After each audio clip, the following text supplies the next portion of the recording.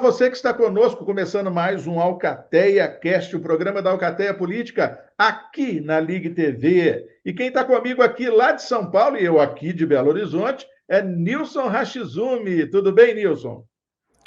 Olá, João Henrique. Olá, seja bem-vinda, seja bem-vindo aqui ao Alcateia Cast, direto de São Paulo, falando para vocês. E o que é que a gente tem hoje, João Henrique? Bom, a gente começa com o quadro Eleições 2024, com a presença do Christian Jaus, que está em Santos, né? Também membro da Alcateia, mas você e eu, né, Nilson? Nós três fazendo uma discussão sobre alguma questão específica das eleições de 2024. E logo em seguida, quem é que está com a gente, Nilson, no quadro Marqueteiro Não? Bom, hoje a gente tem uma celebridade aqui, né? Ele é nascido na Paraíba, mas é um estrategista internacional, de reputação e formação internacional.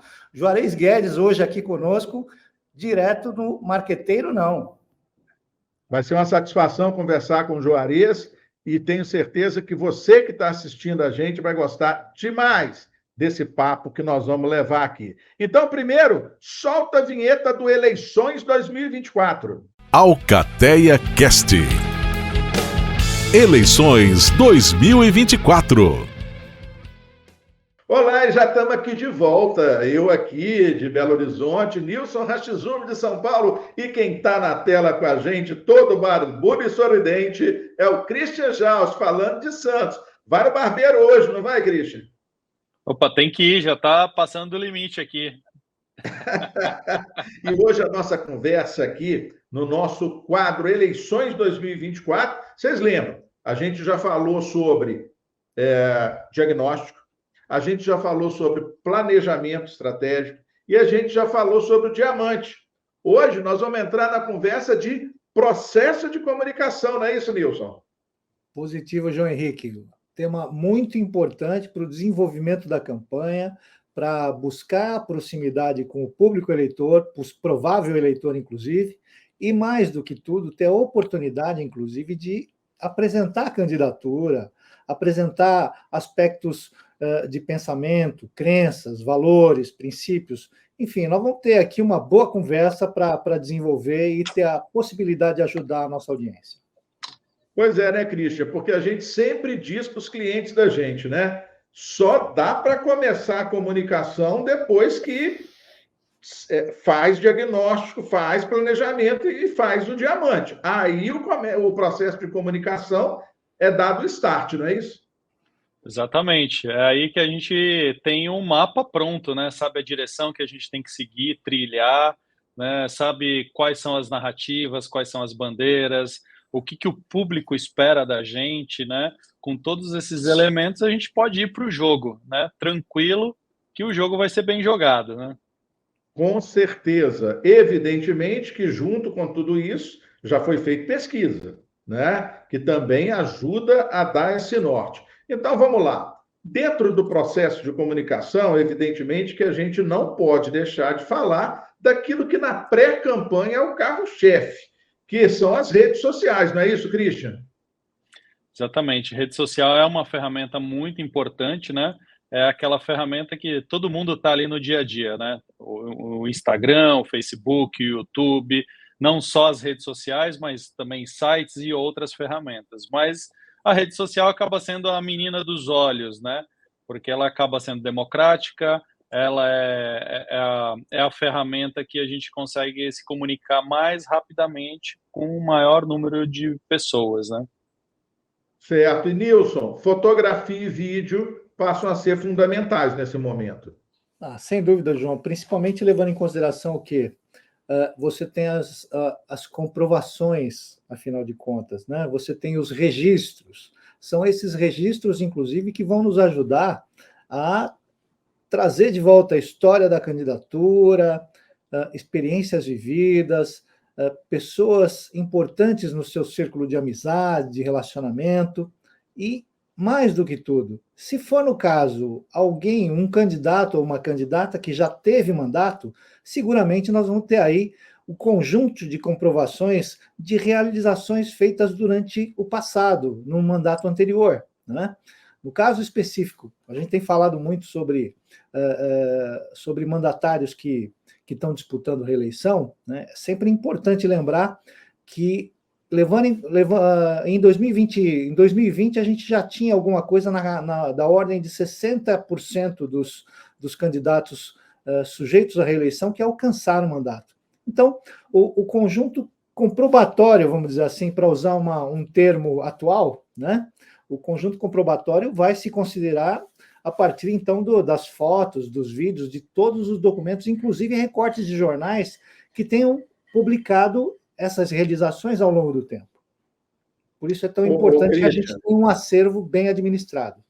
Bacana, Nilson, essa questão do acervo, essa questão do registro histórico. É por isso que a gente sempre diz para as pessoas que a gente assessora do ponto de vista do governamental, dos mandatos, que elas precisam ter um registro de tudo aquilo que elas fazem. Não é só publicar, é publicar e guardar. Né? Tem que ter isso ali em mãos para o momento certo poder utilizar. Mas aí, Christian, nesse meio, né, de uso da comunicação, e considerando que na pré-campanha o que você tem são as redes, né, o impulsionamento passa a ser algo extremamente importante nesse momento também. Com certeza. Impulsionamento ele não é uma opção, ele é um fato. Não fazer impulsionamento, você está fadado ao fracasso, com certeza. A sua mensagem não vai chegar em quem deve.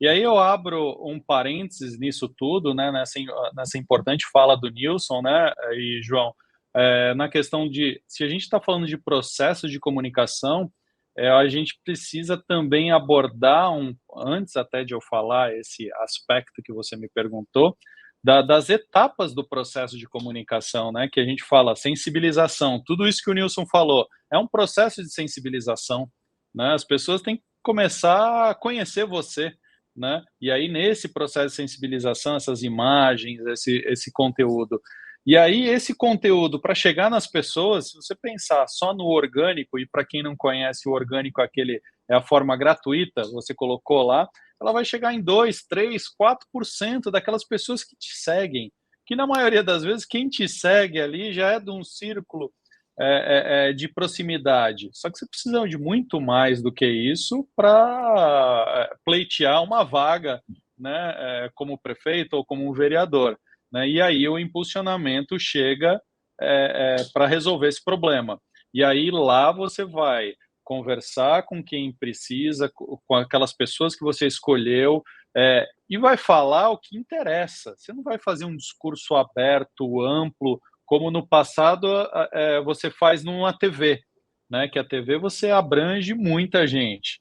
Né? Numa rede social você vai ser... a gente fala muito de microsegmentação.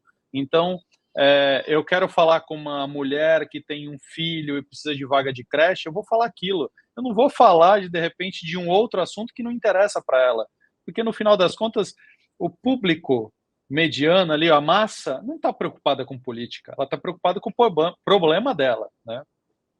Usando um termo do marketing, a preocupação ela ultrapassa o target e vai para o micro-target, né? Ou seja, aqueles nichos mesmo, né? De segmento para nicho. E isso é essencial, né, Nilson? Perfeito, João. Na verdade, eu até queria ampliar um pouco essa visão, né? Aproveitando o fato que o Christian falou especificamente aí de dois aspectos que eu considero importantes, né? O primeiro tem a ver com o perfil da candidatura que o candidato ou a candidata pretende, né? Se for para uma posição proporcional, ou seja, o cargo de vereador, vereadora, né? Naturalmente, o candidato ou candidata vai precisar de uma quantidade de votos significativamente menor. Né? Nós estamos falando de alguma coisa entre 0,6% e até 2,5%, dependendo do partido, né? Dentro de um determinado município. No caso da candidatura majoritária para prefeita ou prefeito, naturalmente é preciso ter maioria, né? E isso faz com que a sua estratégia de encaminhamento, de assunto, de tema, inclusive para se colocar, né, possa ser um pouco mais ousada ou um pouco menos ousada. Né? Vai depender muito exatamente do grupo, do grupo do qual o candidato ou candidata participa, né? E levando em consideração também os seus principais temas, né? Naturalmente, o candidato proporcional pode ser um pouco mais contundente, talvez um pouco mais agressivo, né? Até, eu poderia dizer, extremista, se a gente não correr o risco aqui de falar uma bobagem, mas dá até para ser um pouco extremista, porque, afinal de contas, não precisa de todos os votos para alcançar um mandato de vereança, né? Já no caso do prefeito ou da prefeita, obviamente, vai ter que ter um discurso um pouco mais contido, ainda assim com indignação, quando for necessário, né? Outro aspecto que eu acho que é importante levar em consideração é assim, nesse período de pré-campanha, né, onde a gente começa efetivamente falando de sensibilização, esse é o principal espaço que nós temos, inclusive para aumentar essa base, né? Ainda que venha a ser feito um trabalho orgânico de amigo que convida outro amigo e assim por diante, né? É importante nós termos em perspectiva sempre que nós vamos estar o tempo todo competindo pela audiência, competindo pela atenção do espectador, da espectadora, né? E dentro da rede social, onde a maioria está lá para se divertir, né? Eventualmente, para gastar tempo, né? Então, nessa perspectiva, simplesmente entrar com um assunto sério, já querendo falar de política, querendo vender alguma coisa, é realmente complicado e não vale a pena arriscar, sob risco de nunca mais ter atenção daquela pessoa que parou para olhar você, né? Então, é claro que até mesmo a escolha da comunicação tem que ser muito estratégica. E quando eu falo de comunicação estratégica, eu estou falando de quê? Estou falando de pauta, né? Estou falando de qual é o assunto que efetivamente vai ser trazido para compartilhar com esse espectador, com essa espectadora, né? Mais do que isso, além do assunto, é qual é a forma que esse assunto precisa ter, né? Para que ele seja palatável, agradável e tão interessante quanto os gatinhos fofinhos ou os bebês fofinhos que o tempo todo estão nas redes sociais, né? Então, eu acho que é importante ressaltar essa construção que precisa ser organizada e muito estratégica. Bacana, Nilson. Você falou aí do percentual, né? Às vezes até menos do que 0,6. Vou dar um exemplo. Eu vou apresentar um case agora nesse sábado em São Paulo, lá no MIT em São Paulo, né, de marketing político, e depois lá em Goiânia, no dia 4 de abril, também eu vou apresentar também esse case, dia 5 de abril, aliás. Dia 4 é o dia que eu chego lá, no Pompol, Goiás. Então, é o caso do case do Lúcio Bocão, né, que foi candidato a vereador em Belo Horizonte. Ele teve 0,39% dos votos. Ficou como primeiro suplente e teve 2 anos de mandato. Mas teve vereador e vereadora também com 0,39% de outro partido que entrou direto, em função da relação de votos partidária. Então, isso aí é uma coisa muito interessante, esse foco, né, que o vereador precisa ter na sua comunicação, no sentido de atingir os públicos certos, porque ele precisa desses públicos, ele não precisa do eleitor como um todo, né? Ele precisa de um pequeno percentual, mesmo que seja significativo, e é significativo, não é fácil conseguir esses votos, não, né? Mas ele precisa de muito menos do que aquele trabalho que um candidato ou uma candidata a prefeito precisa ter dentro desse processo. Mas, Christian, uma outra coisa muito importante também nesse processo de comunicação e que seria muito válido se os candidatos já pudessem começar a fazer isso de agora, aqueles que não têm, é a questão do site, do blog, do canal no YouTube. Essas 3 coisas também são muito importantes, em especial dependendo do tamanho da cidade e do nível de informação que esse candidato ou candidata precisa passar. Cristian, você está sem microfone. Perdão. E, João, eu vou além. Site é obrigatório. Opa. 3, 2, 1. Desculpa. 3, 2, 1. João, eu vou além, porque site é obrigatório, não é uma opção. Porque se você tem que fazer o impulsionamento, você precisa de um domínio, né, que é o www, seu nome, ou enfim, né, .com.br, você precisa disso. Porque sem isso você não cria aquele rótulo que vai te autorizar a fazer o anúncio de propaganda política durante a eleição. Então, esse é um aspecto racional ali, mas tem muitos outros importantes, porque é ali que você vai colocar e contar a sua história.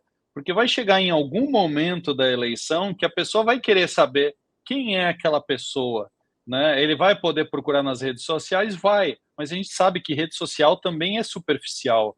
Eu quero saber a história do João ou do Nilson, o que ele fez, quais são as bandeiras, né? Na rede social eu vou ter fragmentos dessas histórias. No site não. No site eu tenho capacidade de contar aquela história de uma forma muito mais ampla, né? E aí vem outros aspectos. Quando a pessoa pode estar procurando por uma determinada pessoa, por você, com o seu nome, e aí naturalmente tem que aparecer o seu nome ali, como ela pode estar procurando uma pessoa que defenda aquela bandeira. Ele não tem ainda a decisão de quem ele está procurando, e sim a bandeira. Então, com base nessas bandeiras, com base nessas palavras-chave, você ter um site é um grande trunfo, porque vai cair em você. E aí, quando cair no teu site, ele vai contar toda a história, a sua história, vai contar todas as suas bandeiras, vai contar tudo que vem a ser interessante para aquele momento. E não é nada de um bicho de 7 cabeças ter um site. O importante é ele ser bem construído. Não, bacana isso. E de fato, né, essa questão do rótulo é essencial, né, porque é uma questão de aumentar o alcance, né? Então, é fundamental entender isso e saber que é preciso, eu acho que a sua frase está corretíssima, é uma necessidade, né, que você tenha isso, que você consiga ter o site e, em função dele, você ter a possibilidade de fazer com que mais pessoas tenham acesso a você, seja pelo seu nome, seja pelas bandeiras que você defende. E bandeiras, a gente já viu lá atrás, que elas são tiradas lá no planejamento, que as pesquisas nos auxiliam também a chegar até essas bandeiras, em cima daquele conceito básico do marketing, que trabalha sobre direitos, sobre desejos e necessidades, né, dos eleitores, né? O desejo, ele está num campo mais emocional e a necessidade está num campo mais racional. Desejo é aquilo que eu quero, ainda não posso, mas eu sonho em ter aquilo ou que aquilo seja possibilitado a mim. E necessidade é aquilo que é premente, aquilo que sem aquele atendimento de saúde, sem o acesso à educação, sem um meio ambiente qualificado, eu perco qualidade de vida e eu perco possibilidade de acesso às coisas, né? E essa comunicação, Nilson, ela tem que estar muito ligada naquilo que foi definido como bandeira pela pesquisa e pelo planejamento, correto? Positivo. Mais do que, inclusive, ter sido definido simplesmente pela pesquisa e planejamento, né?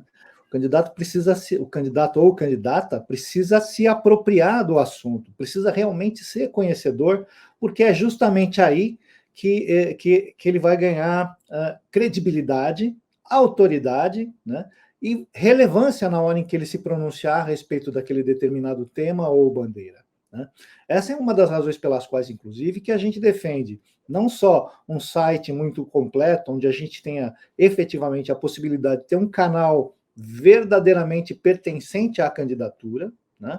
O canal esse que a gente pode realmente colocar todos os conteúdos e com profundidade, né? Levando em consideração que no caso das redes sociais a gente basicamente consegue vender um lead, né? Ou seja, um pedacinho da história, um pedacinho da matéria, alguma coisa que possa capturar a atenção do espectador, da espectadora, no sentido exatamente de atrair a atenção e aproximar prováveis eleitores de uma determinada candidatura, né?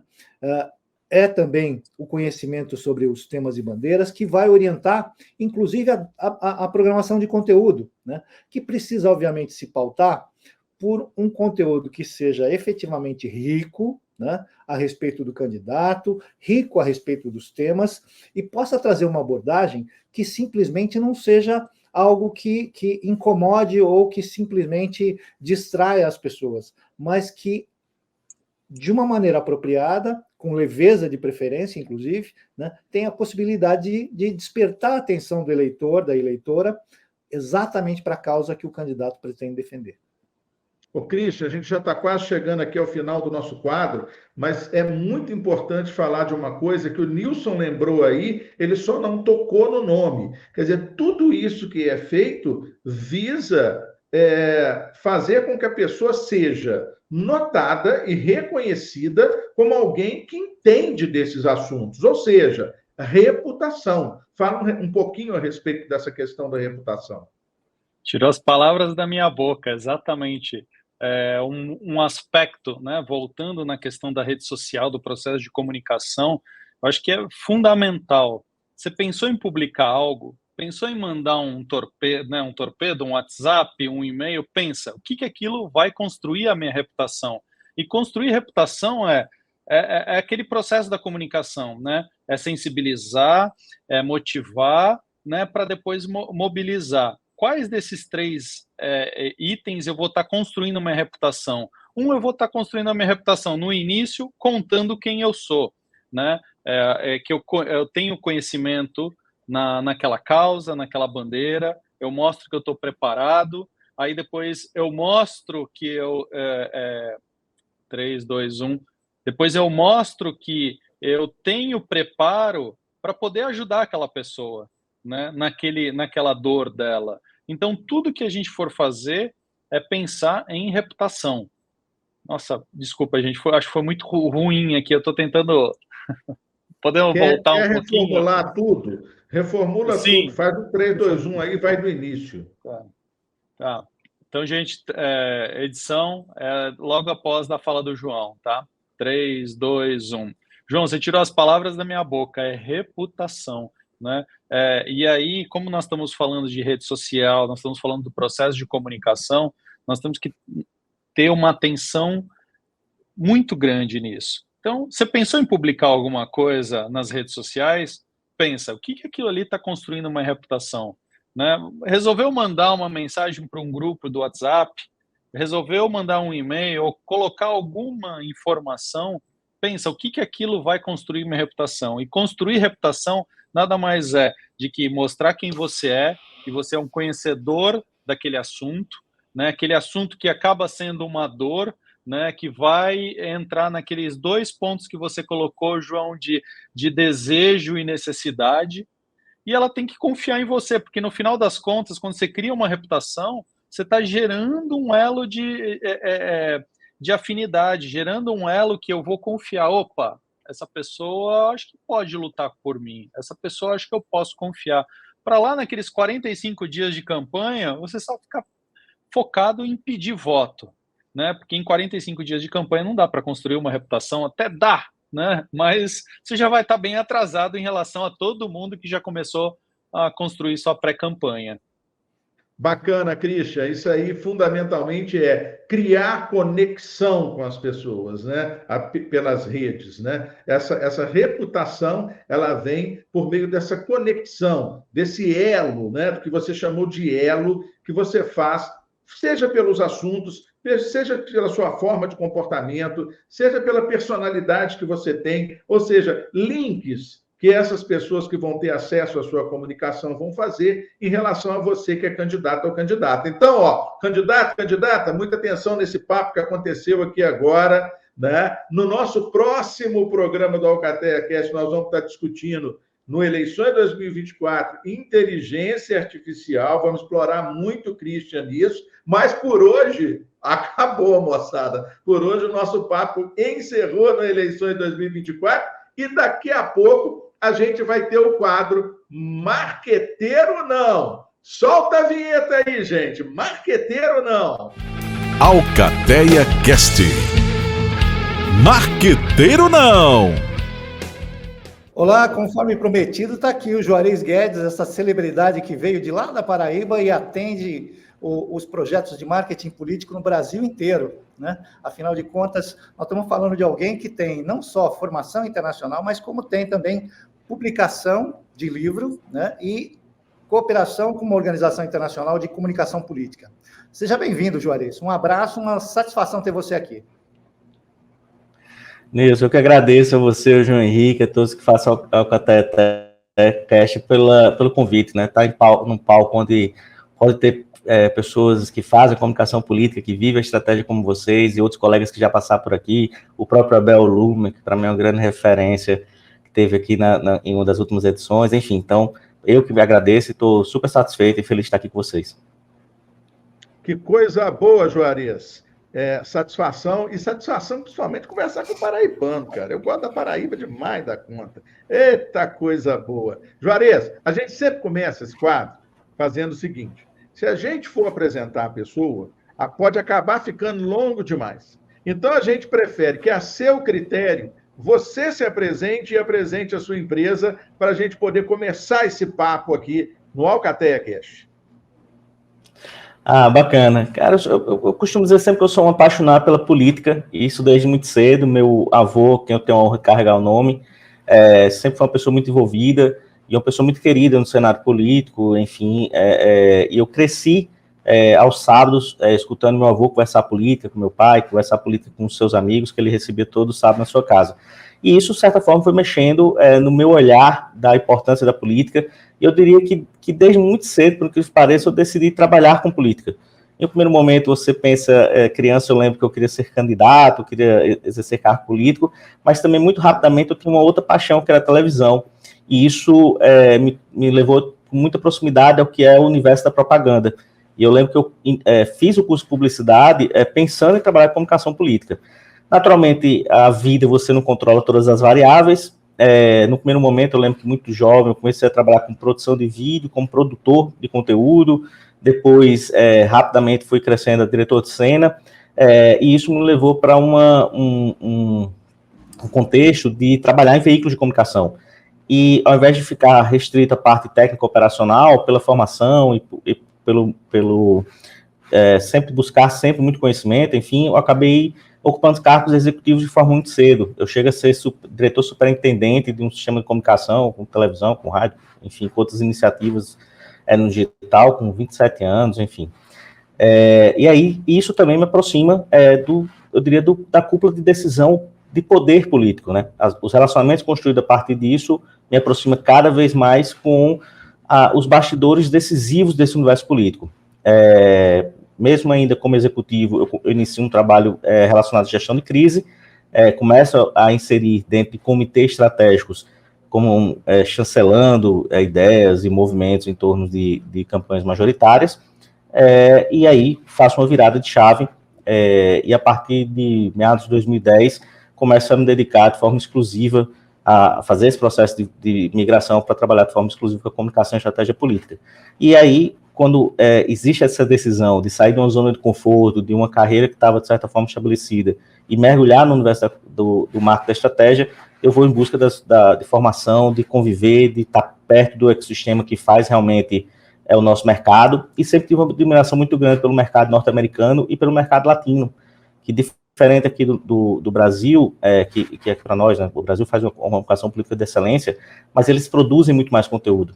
Então, é sempre uma fonte muito profunda para adquirir conhecimento, e eu tive essa oportunidade e fiz sempre os sacrifícios necessários entre agenda, tempo, investimentos, para poder estar sempre me qualificando e próximo daquelas pessoas ou próximo daqueles ecossistemas que realmente pensam estratégia política como ela deve ser, com a seriedade que ela deve ser encarada. Bacana, Juarez. Você ainda há pouco, a gente conversando aqui no bastidor, você estava falando muito a respeito de uma formação que você está complementando agora, está expandindo o seu conhecimento, vamos dizer assim, dentro daquela linha do combate à guerrilha, de todo esse trabalho que a gente viu acontecendo ao longo dos anos, desde 2016, e que provavelmente a gente viveu o seu pico agora nessa última eleição 2022. Né? Quer falar um pouquinho para a gente, por favor? Claro, Nilson. A gente compartilhava nos bastidores sobre uma formação que eu tenho feito agora em uma escola do México, sobre contraste, né? Que na prática, quando a gente vai tentando tirar essa lapidação do nome, acaba se aproximando do que, em tese, as pessoas entendem como lado B, ou o lado de enfrentamento ou de ataque de uma campanha. E a gente brincava que aqui no Brasil se pratica isso nas campanhas, se pratica isso em toda a eleição, mas a gente tem um certo pudor de falar sobre isso, e quando a gente vai para o mercado externo, tanto europeu, o americano, o latino, de uma forma geral, é um tema tratado como disciplina de pós-graduação, um tema tratado como uma formação, porque é uma realidade.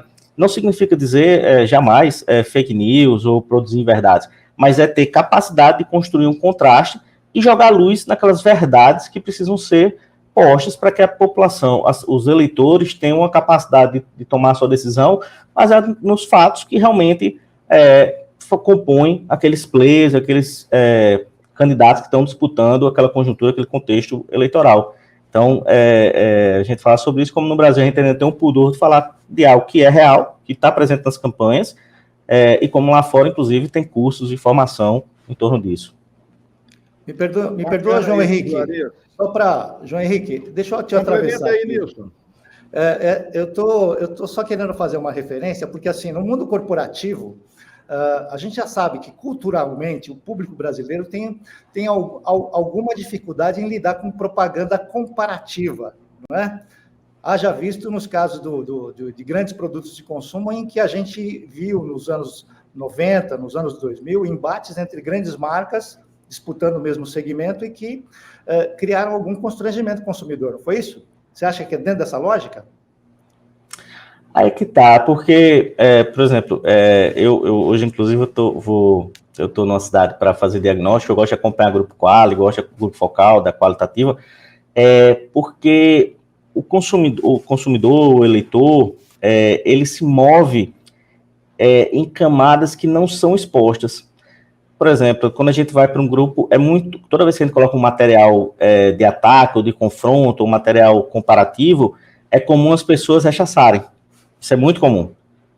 Mas dentro dessa relação, desse funil de envolvimento do eleitor, nesse momento agora, e aí é claro, é uma opinião, ele rechaça porque ele não tem clareza sobre essas posições. Mas quando a gente sente que a eleição, ela se converte em um sentimento e ela está conectada emocionalmente com as pessoas, e quando chega no processo eleitoral, o que a gente mais vê são as pessoas fazendo esse confronto. Né? Então, eu diria que esse sentimento que move o eleitor, ele também é gradativo e ele passa por um funil de aprofundamento quanto maior for a densidade de relação e de conexão emocional criado com aquele contexto ou com aqueles personagens. Né? A gente vai lembrar da campanha de 18, ela foi uma campanha, inclusive, muito mais quente do que a de 22, onde você tinha até um player muito maior inserido diretamente no processo, que é o atual presidente Lula, mas 18 você sente que a carga emocional, a raiva ou o sentimento que estava dominante naquele processo movia as pessoas para um confronto. Então não eram os candidatos em si, eram as pessoas mesmo que estavam em busca daquele confronto. Então acho que tem que modular um pouco isso. Eu sou da tese que campanha, aquilo que eu disse, a gente... até eu brinquei nos bastidores, que aqui no Nordeste a gente fala, campanha é pau para comer sabão e pau para saber que o sabão não se come. Agora, as linhas criativas de narrativas das campanhas que eu atuo, elas sempre têm uma conotação muito mais de esperança. Dificilmente eu vou fazer uma campanha de confronto aberto ou colocar diretamente o meu candidato em um cenário de embate. Tem um livro muito bom, que chama Arte de Ganhar, Como Fazer Ataques Exitosos, do Duran Barra, que são mais ou menos 450 páginas, ele passa 420 páginas dizendo que não é para atacar. Aí em 30 páginas ele vai lá, ó, por isso. Porque tem um ingrediente, que aí sim tem muito a ver com o que você colocou. O latino-americano, de forma geral, ele tem muito mais, ele compadece muito mais com aquele que sofre, por uma questão cultural, de traços, inclusive, de colonização para lá, então, culturalmente se constrói isso, e tem uma compaixão. Então, inclusive, o Duran Barba traz evidências, né, dados e análises de resultado de pesquisas, que candidatos que sofreram muito ataque conseguiram, inclusive, crescer, né, quando esses ataques não se conectaram com a emoção vigente, ou, acima de tudo, com a percepção do eleitor sobre aqueles fatos, né, que é quem dita realmente, não é a realidade, é a percepção do eleitor, que aqui para nós é baseado em muita fumaça, né, muito fragmentado, ele consome tudo muito superficialmente, e aí ele tem um caráter emocional. O livro Gestionar as Emoções do Antônio Gutierrez Rubi, que para mim também um grande consultor e teórico sobre esse nosso mercado, ele fala o seguinte: as pessoas pensam que sentem e votam naquilo que sentem. Então, se elas sentem raiva, elas querem brigar com alguém. Mas se elas estão se sentindo com autoestima, estão se sentindo com esperança, elas não querem brigar com ninguém, elas querem olhar para frente, elas querem alegria, enfim, né? Muito bem. Isso é muito interessante, Juarez. O Nilson falou aí da diferenciação, né, entre esses comerciais que fazem um enfrentamento direto de marcas, né? A gente lembra aqui no Brasil, quando isso surgiu, assustou um pouco as pessoas, era a Coca-Cola e o Guaraná, né? Então, o Guaraná mostrando os pés de Guaraná e no final perguntando, Coca, mostra os pés de Coca. Né? Então, isso criou um clima muito tenso. Tem um outro comercial, que é um pouco mais recente, que ele, salvo engano, ele é até internacional, que é uma garotinha que vai numa máquina para comprar o refrigerante, ela primeiro pede uma Coca, põe no chão, depois pede outra latinha de Coca, põe no chão, aí ela sobe nas duas latinhas para poder alcançar a Pepsi. Aí ela pede a Pepsi cai, ela abre e sai bebendo. Então, assim, esses comerciais de confronto direto, né, a mídia americana está muito acostumada com ele, a mídia brasileira nem tanto, né? Na Bahia, só para citar um exemplo, houve um momento em que o governo da Bahia, tem uns 10 ou 12 anos isso, fez uma propaganda institucional, num determinado momento, que o slogan era "é bom e agora tem". Ou seja, ele não dizia, nem metia o pau no governo anterior. Ele dizia assim, é bom o que a gente está fazendo e agora tem, ou seja, antes não tinha. Então, de uma forma sutil, né, lidava com essa crítica direta e com esse confronto.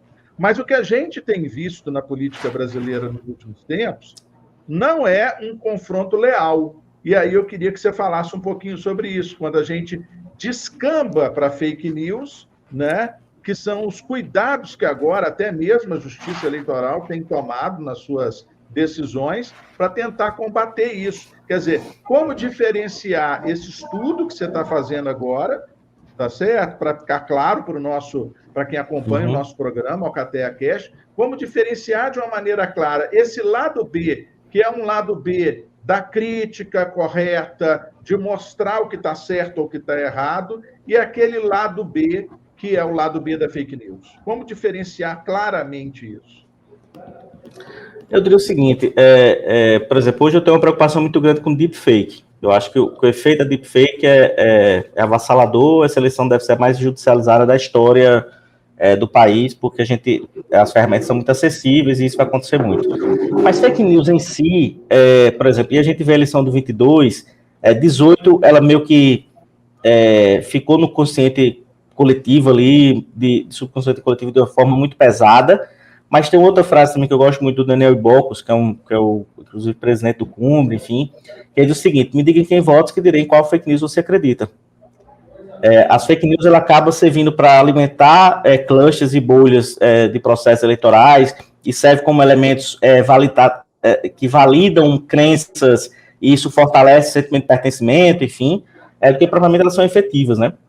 O que eu coloco é só o seguinte, que se você tem verdades claras que precisam ser colocadas, e aí você foi muito feliz, João, quando traz essa referência da Bahia, que é uma outra referência, você tem formas de fazer isso. Tem eu gosto muito de trazer referências para exemplificar, tem um filme novo, né, que é sobre o plebiscito do Chile, que é brilhante. Ele faz o contraste com esperança. Ele posiciona esse contraste com esperança. Entende? Então, assim, eu sempre digo para meus clientes o seguinte, olha, não é a nossa percepção, é a percepção do leitor, não é aquilo que a gente sente, é o que eles sentem. Então, por isso que a gente investe tanto em diagnóstico, para entender com profundidade o que move esse leitor. Ponto. Por quê? Porque é muito comum, e Napoleão falava isso, que a grande virtude de um líder é ver os fatos com clareza, e por mais simples que isso pareça, o próprio Napoleão sucumbe quando perde essa capacidade. E os nossos líderes são muito influenciados por um círculo rojo, né, que fala na América Latina, esse círculo vermelho, esse círculo duro dele, que deixa a coisa muito forte. E é muito comum você chegar no projeto e você ver uma série de materiais sendo produzidos de ataque, como geralmente é a oposição, dizendo, e as pessoas pontuam e validam, dizendo assim, o prefeito fica com muita raiva quando a gente faz isso, o prefeito fica abalado quando a gente faz isso. E aí a minha pergunta é, e por que vocês estão gastando energia fazendo comunicação para alguém que nunca vai votar em você? Nunca. Ele nunca vai votar em você. Por que vocês estão gastando essa energia? E aí você não pode se contrapor, e aí eu tô vendo, eu não vou trazer dado concreto jamais, mas a gente vê várias cidades onde você tem um gestor com aprovação muito alta, com campanhas sendo feitas para a minoria, porque não se conectam com o sentimento das pessoas. Se a cidade está com autoestima, como é que você chega falando mal da cidade? Você se afasta daquilo que é a percepção das pessoas e aquilo que, de certa forma, é um ativo de felicidade, de esperança. Ela está se sentindo bem, acha que esse ano vai ser melhor, e você, às vezes, tem uma candidatura que pode se posicionar com esse sentimento, que pode representar essa autoestima elevada da cidade, mas você faz um tom crítico que não dialoga com eles, que cria barreiras, que cria ruído, e você só fala com a minoria da cidade. Então, o que eu falo sobre essa coisa do contraste é porque tem que ter muita clareza, mas, acima de tudo, um posicionamento está atrelado ao sentimento. Porque aí também, sendo honesto, se existe um sentimento como na Argentina, por exemplo, a campanha de Milei, ela tinha no ar, né, que se fala assim, a comunicação dele de TV, enfim, era uma comunicação muito republicana, com um tom ali de esperança, mas no digital ela era muito dura. Por quê? Porque existia um sentimento de raiva contra a Caixa, contra o establishment. Então, aquele sentimento ali era que movia o eleitor. Então, estrategicamente, o eleitor estava correto ao municiar esse eleitor baseado naquilo que eles estavam sentindo. Era aquilo que eles queriam. Entende? Então o que eu pontuo é só isso. É natural, o contraste faz parte de todo o processo, mas a emoção que vai conduzir isso depende do sentimento do eleitor. Muito bem. Eu estava vendo aqui também, Juarez, que você, na sua trajetória, você também já tem um livro publicado internacionalmente, né? Você participa de uma organização internacional. Queria que você contasse um pouco para a gente sobre isso. Tá. Então, a gente que aqui no Brasil, hoje, graças a Deus, se criou uma cultura de eventos. A gente não tinha esse volume de evento. Naturalmente, você vai pontuar, e aí tem muita gente sendo sommelier de evento, palestrante A, palestrante B, formato A, formato B. O importante é que tem gente produzindo. E eu sempre sou da tese que concorrência gera competência e o mercado da gente precisa existir. Durante muito tempo, o mercado da comunicação política, ele se baseou em 5 players, 6 players, 7 players nacionais. E hoje a gente tem muita gente boa fazendo muita coisa boa, porque eu também acredito que com essa disseminação do conhecimento, a excelência virou commodity, né? As pessoas têm acesso, tem muita gente boa produzindo no mercado. Então, assim, no primeiro momento, como no Brasil não tinha de onde beber essas fontes, eu fui beber fora. E tem um movimento na Argentina, que é o CUMBRE, que é o Cumbre Mundial de Comunicação Política, que é um grande evento. Em 2019 eu fui participar da eleição da Argentina como observador internacional. Lá eu conheci a Marta Hernandes, que é a diretora acadêmica do CUMBRE. Ela me convidou, eu confesso que na época eu não entendi, eu pensei que era para participar do congresso, e não literalmente fazer uma ponência, que é uma apresentação. Mas, enfim, acabou sendo uma apresentação, me preparei, essa apresentação acabou sendo selecionada para participar do livro em celebração aos 10 anos do CUMBRE, que foi uma honra muito grande, ao lado de pessoas o Antônio Sola, Juan Corel, né, Daniel Ibocos, muita gente boa, assim, tá nessa edição do Celebrando os 10 anos do CUMBRE, e essa foi a minha primeira entrada nesse mercado internacional. Um segundo momento foi as premiações, né? A gente teve agora o case da campanha do governo da Paraíba, onde a gente acabou sendo a campanha brasileira mais premiada internacionalmente da história. Nós vencemos 3 Polares, que é o principal prêmio europeu, fomos destaque do júri. Eu, inclusive, fui convidado para palestrar para apresentar o case. Confesso que meu inglês é muito funcional. Contei com a honrosa tradução do meu presidente do campo, que é o Clube Associativo de Profissionais de Marketing Político, o Bruno Hoffman, que me auxiliou lá na apresentação. E aí, no segundo momento, teve o Napolitas, onde nós fomos finalistas em 7 categorias. Nos inscrevemos em 7 categorias, fomos finalistas nas 7 e fomos selecionados para mais 2 categorias, que são destaque dos júris. Melhor campanha e melhor filme do ano. Melhor filme do ano a gente sai vencedor também, concorrendo com campanhas do mundo todo, foram 16 filmes finalistas. O nosso filme se destaca de certa forma, que eles criam até uma subcategoria, que é a categoria melhor filme em língua portuguesa, eram 3 filmes em língua portuguesa. O governo de Jujuy fez uma baita campanha, linda campanha, Jujuy Destino de Cinema, onde eles compram direitos autorais de 7, 8 grandes obras do cinema e reproduzem as cenas no país deles. Foi uma baita campanha, porque o melhor filme do ano também é filme institucional e de campanha. Ele vence na categoria espanhol, e o filme que vence em inglês é o Only Key, que é uma adaptação da música Only You, feita pelo governo do Catar para promover o país durante a Copa do Mundo.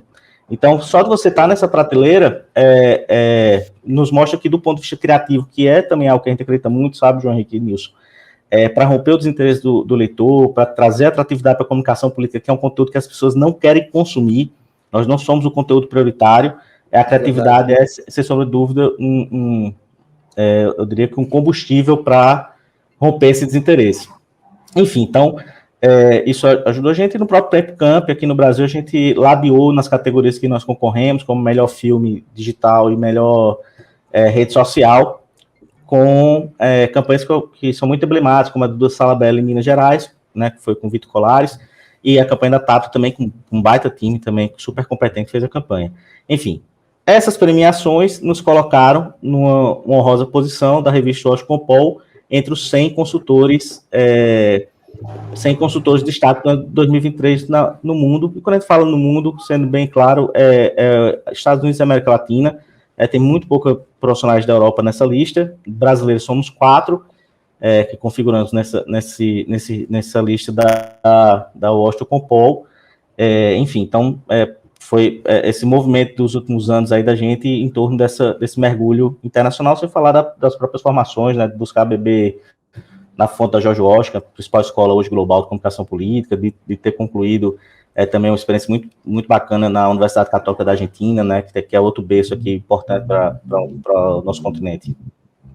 Bacana. Bacana isso, e parabéns por essas premiações, né? Fruto do trabalho, é lógico, fruto do estudo, e tudo isso é fundamental, e a gente vem discutindo isso bastante, e era essa provocação que eu queria fazer com você agora. Eu fiz essa provocação também lá com a Abel, lá atrás a gente conversou isso com o Marcelo Vitorino, com o Rodrigo Mendes, outras pessoas que participaram aqui, né, do nosso Alcateia Cast, porque muitas vezes o que acaba acontecendo? A gente vem da comunicação, né? Então, assim, eu venho do jornalismo, o Nilson também.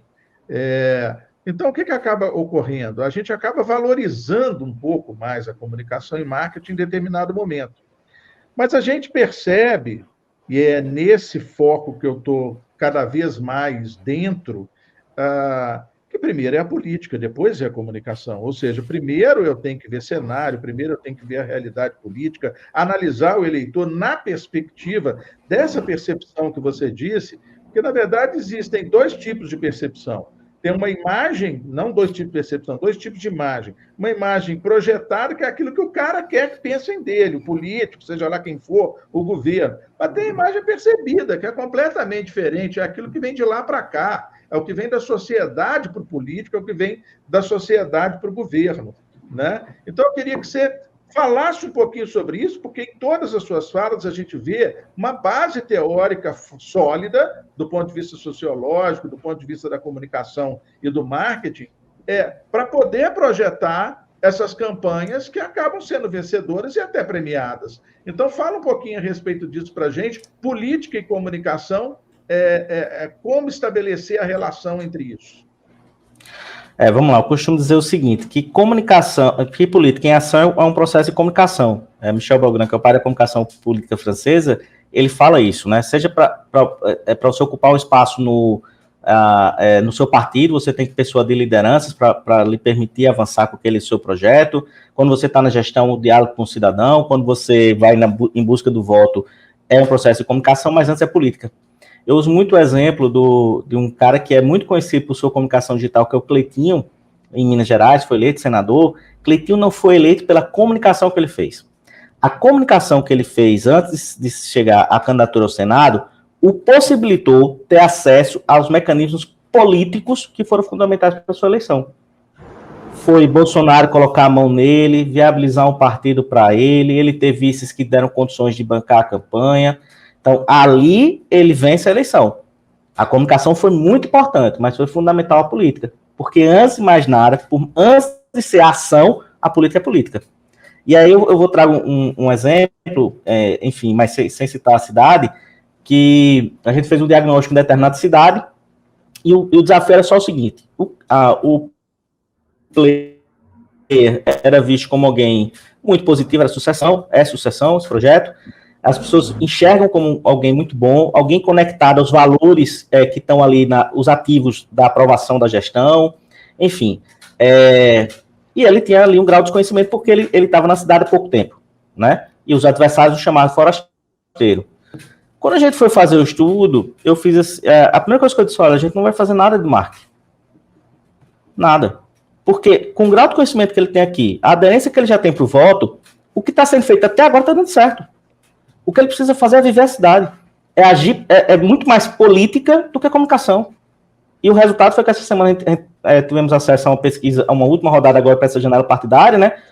É avassalador. Por quê? Porque ele já tinha uma taxa de aderência baseada naquilo que era real. As pessoas, muito, e eu fico, de certa forma, até desesperado, porque as pessoas chegam assim, a gente fecha o contrato, tal, vai fazer o processo de diagnóstico, as pessoas querem algo no outro dia. Eu disse, olha, não tem fórmula. E eu sei que, infelizmente, tem profissionais que trabalham com fórmula pronta. E até aquele negócio, o digital, ele traz uma falsa sensação de métrica. Porque se você pegar o digital do melhor player político brasileiro, ainda é uma fração dos eleitores que ele tem na urna. No legislativo não, o Nicolas tem sei quantos milhões, ele tem 1 milhão de votos, certo, mas vamos ver em Minas, qual é a parcela de eleitores dele em Minas, que tem uma taxa de engajamento, que está ali permanente e tal, que é eleitor núcleo duro, que consome o conteúdo dele permanentemente todos os dias. Então, assim, o digital, ele é muito importante, ele dialoga com o núcleo duro, mas ele traz uma falsa sensação de métrica. E aí eu vou dar um dado concreto, que aí não tem dado sensível nisso. Por exemplo, quem performa melhor no digital entre os governadores do Nordeste é a governadora do Pernambuco. E ela é, inversamente, do ponto de vista inverso, a que tem uma das maiores desaprovações. O digital tem métricas que validam a comunicação, então, claramente, dá para dizer que o problema dela não é comunicação, e não é, porque a comunicação dela, inclusive, é muito bem feita, mas peca na política, peca na gestão, e isso tem consequências reais, entende? Então, não é só a boa comunicação que resolve. Aí, quando você vai para o projeto do João Campos, e as pessoas falam muito, tá, João Campos comunica uma boa gestão. E eu vou falar mais, uma boa gestão na perspectiva de uma estratégia muito clara e definida de gestão, e de forma de fazer política. Entende? Então, não é simplesmente o pintar o cabelo de loiro, né? Não é pintar o cabelo de loiro, é toda uma construção de proximidade e de comunicar uma gestão que efetivamente funciona, né? Enfim, então, respondendo a sua pergunta, antes, política e movimento, na minha opinião, é comunicação, porque é o processo de persuadir pessoas, envolver pessoas dentro de projeto, e isso através de uma mensagem que se vai se conectando com essas pessoas, vai conectando essas pessoas evangelizadores, que eles multiplicam essa mensagem, enfim, é um ciclo de um processo de comunicação, mas antes disso, ela é política. Pois é, você está falando de uma coisa que reforça um pouco, inclusive, o caminho facilitado de quando a gente escolhe, por exemplo, realizar uma campanha com amor e do amor, não é? No caso, quando o adversário resolve que vai funcionar do jeito contrário, né, onde é que você vê a oportunidade de aproveitar essas eventuais fragilidades do opositor, no sentido de colocar ainda mais forte para funcionar tanto a máquina política quanto a comunicação do amor? Tem um outro exemplo, eu tenho tido oportunidade, primeiro assim, o cuidado de não abraçar muitos projetos que eu não posso me envolver.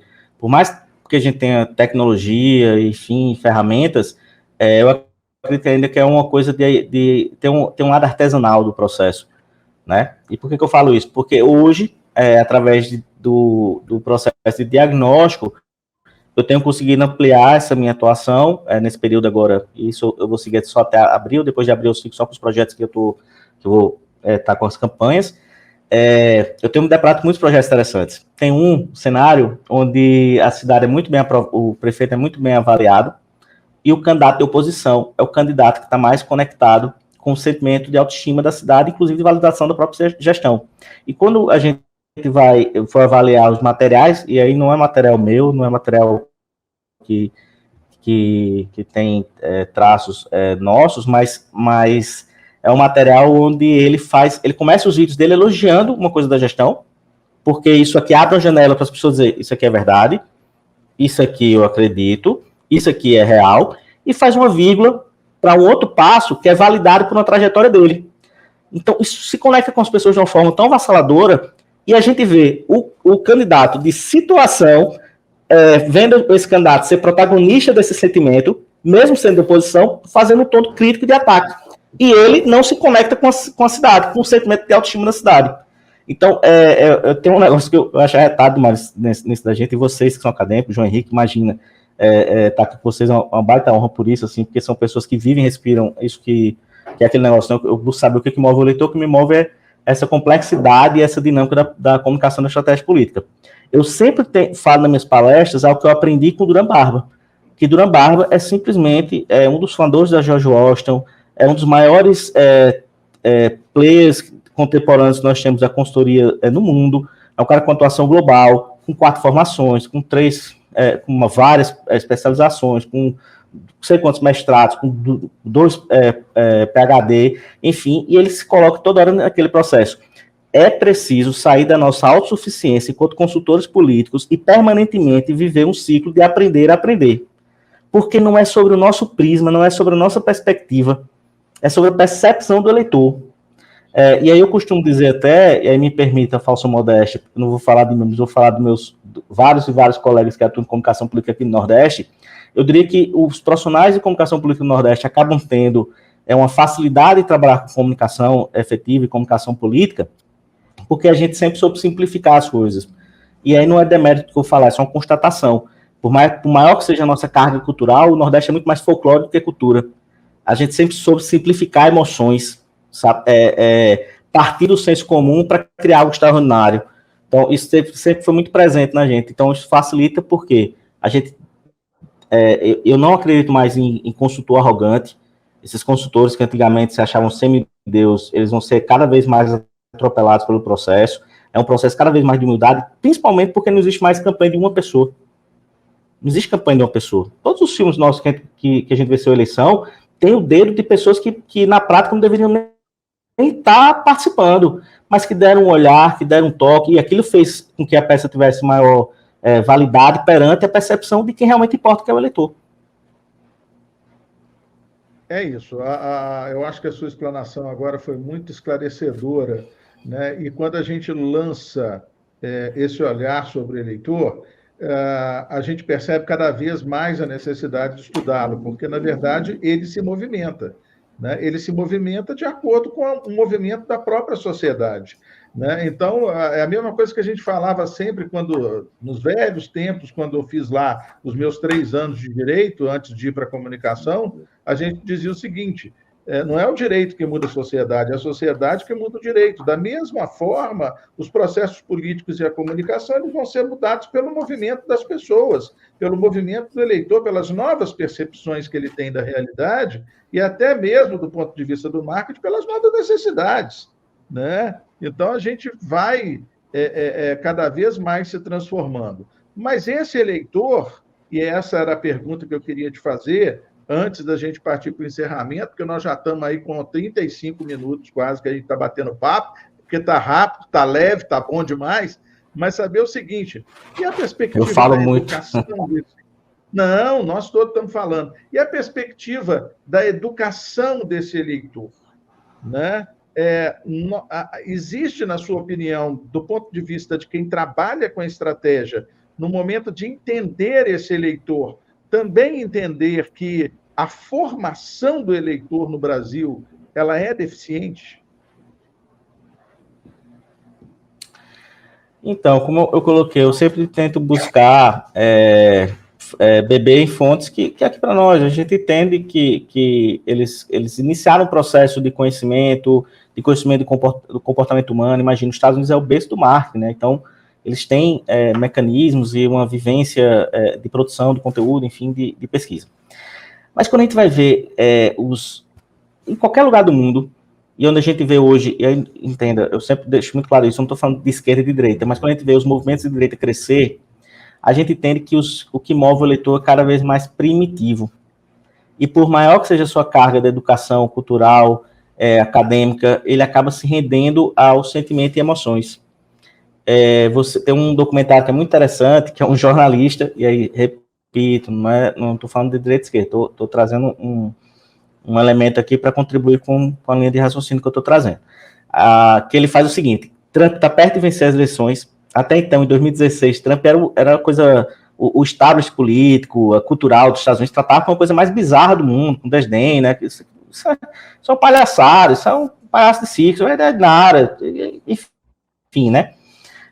E aí esse jornalista percebe que Trump está com chance de vencer. E ele fica, meu Deus, Trump pode vencer as eleições nos Estados Unidos. E ele começa a percorrer os estados onde Trump é forte. É literalmente a mesma linha de pensamento da direita mais radical em qualquer lugar do mundo. Se Trump não vencer a eleição foi porque teve fraude, vão colocar um chip nas nossas crianças. Então, assim, o elemento sempre acaba sendo muito emocional, em qualquer lugar. E aí é que tá, e a gente vê isso acontecer agora com muita profundidade na própria Europa, né, que em tese tem sistemas de educação mais sólidos, onde você tem um ceticismo maior, enfim, essa emoção sendo o fio condutor desse processo, onde se aproxima muito mais de um sentimento público do que de uma opinião pública, que é o mal dessa época da hiperinformação, né? A gente recebe tanta informação fragmentada e sem densidade, mas é tão grande que parece que gera conhecimento para a gente. E as nossas decisões, que são baseadas em emoções, são validadas por um sentimento de que a gente tem conhecimento sobre as coisas. Enfim, então, onde a gente pelo menos, e aí é que tá, eu acompanho campanha, eu estou seguindo todos os candidatos da República Dominicana, estou acompanhando a campanha na Polândia, campanha em qualquer lugar, porque é a coisa mais deliciosa que tem no mundo na internet, que você vai lá e traduz, né, e consegue assistir tudo. Então, você percebe que são sempre, que é sempre ingredientes e contornos emocionais e desse sentimento, muito mais forte desse sentimento público e da opinião pública que move o eleitor.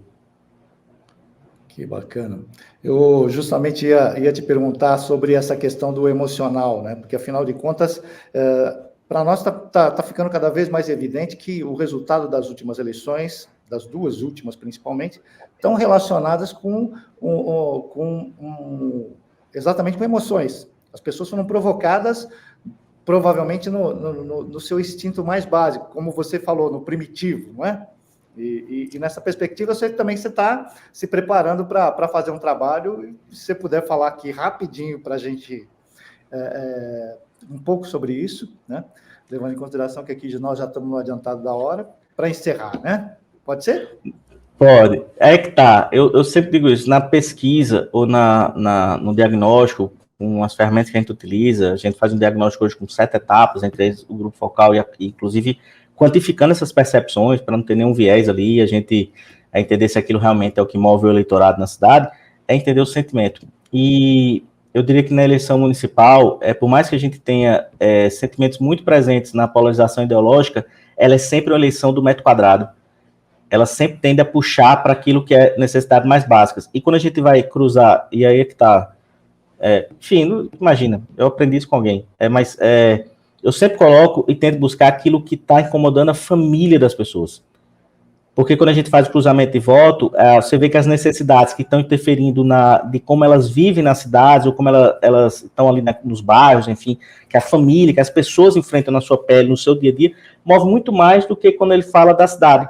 Porque geralmente ele fala da cidade, fala da saúde. Mas quando você vai investigar isso na prática, ele não tem um problema na saúde. Tá? É uma saúde de ouvir falar, ou de um sentimento maior, mas não é esse sentimento que o move. O que move é o que ele vive no dia a dia.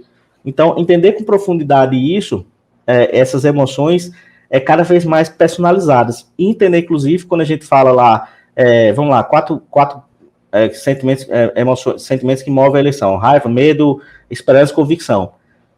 Hoje, as pessoas vivem tanto em cluster, e o digital separa tantas pessoas, que inclusive você vai ter campanhas onde você vai ter uma mensagem guarda-chuva que ela vai se adaptar a esses sentimentos. Uhum. Entende? E aí que eu digo, na campanha municipal, tentando se conectar cada vez mais com o metro quadrado das pessoas. Ótimo. Juarez, que papo bom. O tempo passou rápido demais, né? Mas nós vamos ter outras oportunidades de encontrar, de conversar e de participar também de lives e de programas como o Alcateia Cast, para a gente poder trocar mais ideia. Queria te agradecer demais o fato de você ter aceitado estar aqui conversando com a gente e que outras vezes venham. Não, que honra. Que primeiro... Não, o privilégio, pode ter certeza que é todo meu. O João Henrique, ele faz um trabalho de divulgação do Alcateia no Instagram. Então, toda vez que eu recebo, eu digo, poxa, que legal, cara, que bom que tem gente boa, que faz, que sabe fazer, que tem conhecimento, colocando a mão e com generosidade criando espaços como esse para debater e conversar sobre algo que é tão... Para mim, assim, eu diria que boa parte da minha vida eu gasto energia em torno disso aqui, que vocês têm a generosidade de compartilhar um pouco do conhecimento de vocês e do ativo que eu sei que é tempo, para construir um canal como esse e trazer colegas para debater, e pode ter certeza, vocês têm contribuído para um processo de evolução na comunicação e da estratégia política no país. Opa, agradeço demais a sua fala. A gente tenta, né, à medida do possível, abrir o espaço, né? E os nossos convidados, eles que abrilhantam a cena e trazem para quem está nos assistindo todo esse conhecimento, toda essa diversidade, né, em torno dos conhecimentos, né, que são trazidos aqui. E a gente procura, né, Nilson, à medida do possível, trazer pessoas que tenham a possibilidade, de fato, de mostrar suas experiências, de estabelecer novos caminhos. Não importa se são pessoas que já há muito tempo estão na comunicação e no marketing político, ou se pessoas que estão começando e que já têm algo para passar e já têm algo para mover e fazer a gente entender um pouco mais como as coisas funcionam. E você veio aqui com muita tranquilidade, com muita humildade e trouxe todo esse conhecimento para nós. Nós é que agradecemos, né? E temos certeza que haverá oportunidade da gente se encontrar outras vezes. Não é isso, Nilson? É isso mesmo, João Henrique. Justamente é importante, a gente acreditou desde o começo dessa nossa iniciativa, acreditou na possibilidade de abrir espaço, abrir campo, porque, afinal de contas, o mercado está colocado. Essas eleições, por exemplo, nós vamos ter mais de 5.500 municípios realizando eleições. Nessa perspectiva, todos nós estamos sentindo falta de outros profissionais. Imagina quem está disputando a eleição, né, a dificuldade que tem de acessar outros profissionais e referências que possam ser contratados, né? E chegou aquela hora, né, Nilson? Ô, Juarez, você topa aí, cara? Nós vamos falar um marqueteiro não aqui agora. Vamos falar nós três juntos aqui no 3, 2, 1? Então vamos lá, hein? 3, 2, 1. Marqueteiro não. Marqueteiro não. Essa brincadeira a gente gosta de fazer do velho Maianelli, que falava marqueteiro é a mãe. Né? Ele falou, não, vamos adaptar aqui, porque senão a mulherada vai ficar com a gente, e não é muito politicamente correto, não. Então, marqueteiro não, né? A gente sabe que é um termo que, às vezes, é usado pejorativamente, às vezes não. Então, a gente faz essa brincadeira. E olha quem está passando aqui atrás, olha. Frida Ali está passando aqui atrás, as gatas aqui da casa, passeando aqui atrás de mim. Já teve uma hora que uma passou aqui atrás do computador e balançou a tela, enfim... nós vamos seguindo. Nilson, vamos aproveitar a presença do Juarez aqui na tela e vamos fazer o encerramento do programa de hoje. Gente, satisfação muito grande ter vocês que assistiram com a gente esse Alcateia Cast, acompanhar essa conversa boa com o Juarez. O programa fica lá no canal do YouTube, tanto da Ligue TV Digital quanto da Alcateia Política. Então, você pode assistir a qualquer hora, rever a qualquer hora essa conversa boa que a gente teve aqui com o Juarez Guedes. Nilson, um grande abraço e até a próxima edição. Um abraço, João Henrique, um abraço, Juarez. Muito obrigado mais uma vez. Eu espero que a gente tenha a possibilidade, inclusive, depois de apresentar a campanha a qual você se referenciou, do filme premiado, não é? E seguramente nós vamos ter você outras vezes aqui. É um privilégio para nós. Obrigado, viu? Valeu, gente. Eu que agradeço esse privilégio de poder agora dizer que eu... Valeu. Dizer que? Cara, que é palco que Rodrigo Mendes e Abel, que são dois colegas e referências, participar para mim é uma honra também. Bacana. Rodrigo é um velho amigo. Em 2004, lá atrás, quando eu criei um pós-graduação em marketing político na Assembleia Legislativa de Minas, nem se falava em digital, né? O Rodrigo foi um dos professores, na época, sobre pesquisa eleitoral, que ele tinha um instituto de pesquisa, era sócio de um instituto, e de lá para cá a gente vem andando junto aí sempre que a gente pode, né? É bom ter essas referências. Um abraço a todos. Até um próximo programa. Tchau, tchau.